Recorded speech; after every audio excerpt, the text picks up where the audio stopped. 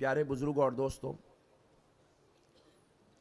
अल्लाह तबारक व तआला जब अपने बंदों पर फजल करना चाहता है, उनको अपनी रहमत से सरफराज करना चाहता है, उनको अपनी अता व नवाजिश से मालामाल करना चाहता है, तो अल्लाह ताला उन बंदों के लिए इल्म की तरफ आने के रास्ते और दरवाजे खोल देता है। और अल्लाह जब किसी कौम को अजाब में मुब्तला करना चाहता है या मिटा देना चाहता है, तो अल्लाह ताला उस कौम पर इल्म का दरवाज़ा बंद कर देता है। अल्लाहु अकबर।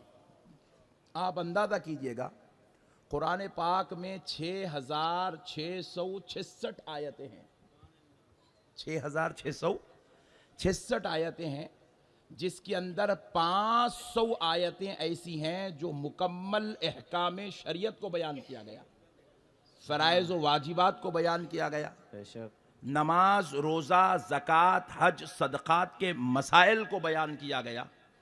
लेकिन जब अल्लाह ने कुरान नाजिल करना चाहा तो अल्लाह ने पहले नमाज वाली आयत को नाजिल नहीं किया। अल्लाह ने जब कुरान नाजिल करना चाहा तो परवरदिगार ने रोज़े के अहकाम वाली आयत को नाजिल नहीं किया, ज़कात और सदक़ात वाली आयत को नाजिल नहीं किया। अल्लाह ने जब कुरान नाजिल करना चाहा तो सबसे पहले इल्म से मुताल्लिक़ आयात मुबारका का नुज़ूल फरमाया। सुभान अल्लाह। इल्म से मुताल्लिक़ आयात का नुज़ूल फरमाया। अब तो ये कौम की बदबख्ती है, ये इस मुसलमान कौम की बदबख्ती है, ये ऐसी जाहिल कौम आज इस दुनिया में पैदा हो गई है जो खुद अपने नबी को अनपढ़ कहती है। तो ऐसी कौम को अल्लाह हिदायत नहीं तो तौफीक अता फरमाए। नहीं, ऐसी बदबख्त कौम को क्या कहेंगे जो खुद अपने नबी को अनपढ़ कहती है। इतना बड़ा जुल्म अपने नबी पर यह कौम करती है। अब प्यारे जरा गौर करके सुनो, कुरान जो है यह इल्म है। क्या है, जरा बोलिए, कुरान क्या है? जरा थोड़ा सा साउंड बुलंद कर लें प्लीज। कुरान इल्म है। अभी आपने एक बहुत ज़बरदस्त तकरीर सुनी, मैं भी हज़रत का खिताब बड़े गौर से सुन रहा था। माशाअल्लाह हज़रत का बेइंतहा जलीलुल क़दर खिताब रहा। हज़रत बोले, चीखने वाले मौलाना का बयान न को सुन, मैं आज हल्लू बयान कर रहा हूँ, मगर आप लोग थोड़ा ज़ोर से बोल लो। नहीं, हज़रत की एक एक बात 1,000 करोड़ की थी, 1,000 करोड़ की थी। मैं भी थोड़ा हल्लू बोल देता हूँ, मगर आज हमको ज़रूरत है कि ऐसे तकारीर हमारे दरमियान में हो और उम्मत मुस्लिमा तक एक अच्छा पैगाम पहुँचे। तो प्यारो, ज़रा मैं एक बात आपसे अर्ज़ कर देता हूँ कि मसले को सुनिएगा कि अल्लाह ने कुरान उतारा और कुरान इल्म है। क्या है, ज़रा बोलिए, ज़ोर से बोलिए। ऐसा इल्म है, मौलाए कायनात अलीउल मुर्तज़ा इरशाद फरमाते हैं कि अगर मैं सूरे फातिहा की तफसीर लिखना चाहूँ और अगर लिख दूँ तो इतने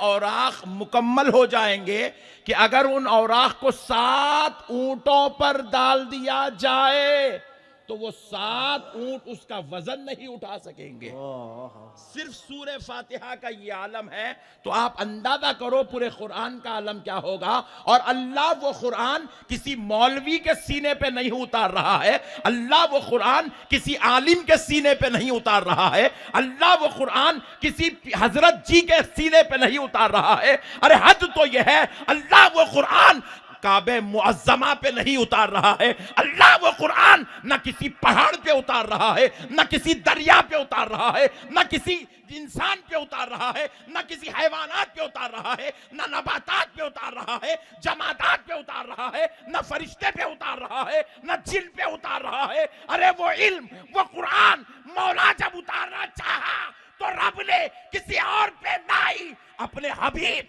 मोहम्मद अरबी पर उतारा है। सुभान अल्लाह। नारे तकबीर, नारे रिसालत, अपने प्यारे मुस्तफा पर उतारा है।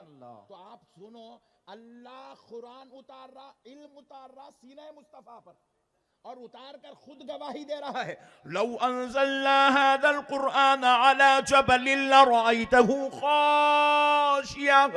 खाशियम मुतसद्दियम मिन खशियतिल्लाह। रब खुद फरमाता है अगर ये कुरान किसी पहाड़ पर उतार दिया जाता तो कलामे इलाही की खैशो खशियत से उसकी कैफियत को बर्दाश्त ना करके वो पहाड़ रेजा रेजा हो जाता। अरे जो कलाम की कैफियत को पहाड़ बर्दाश्त ना कर सके, मगर मौला कह रहा है आओ लोगों देखो जो ताबो ताबानी पहाड़ों में नहीं है वो मेरे मुस्तफा के सीने में रखी है, सुभान अल्लाह, सुभान अल्लाह। मेरे हबीब के सीने में है। बेशक। रब प्यारे मुस्तफा पर कुरान उतार रहा है, मौला इल्म उतार रहा है, उतार कर कह रहा है वयुअल्लिमुहुमुल किताब वल हिकमा।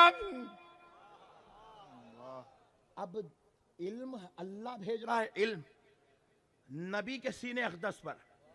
नबी आ रहे हैं दुनिया वालों को किताबों हिकमत का इल्म सिखाने के लिए। वाह। और अगर कौम कहे कि नबी अनपढ़ है तो अब बताओ ऐसी जाहिल कौम को अल्लाह अगर ये अजाबात ना भेजेगा तो और क्या करेगा, और क्या करेगा मेरे भाई। अभी जैसे हजरत सैफुद्दीन साहब क़िबला बड़ी प्यारी तकरीर कर रहे थे, अल्लाह ताला हमारे इस बुजुर्ग आलिम की उम्र में दराज़गी अता फरमाए। आमीन। हजरत बता रहे थे कि इंसान को इंसान के साथ अखलाक से पेश आना चाहिए।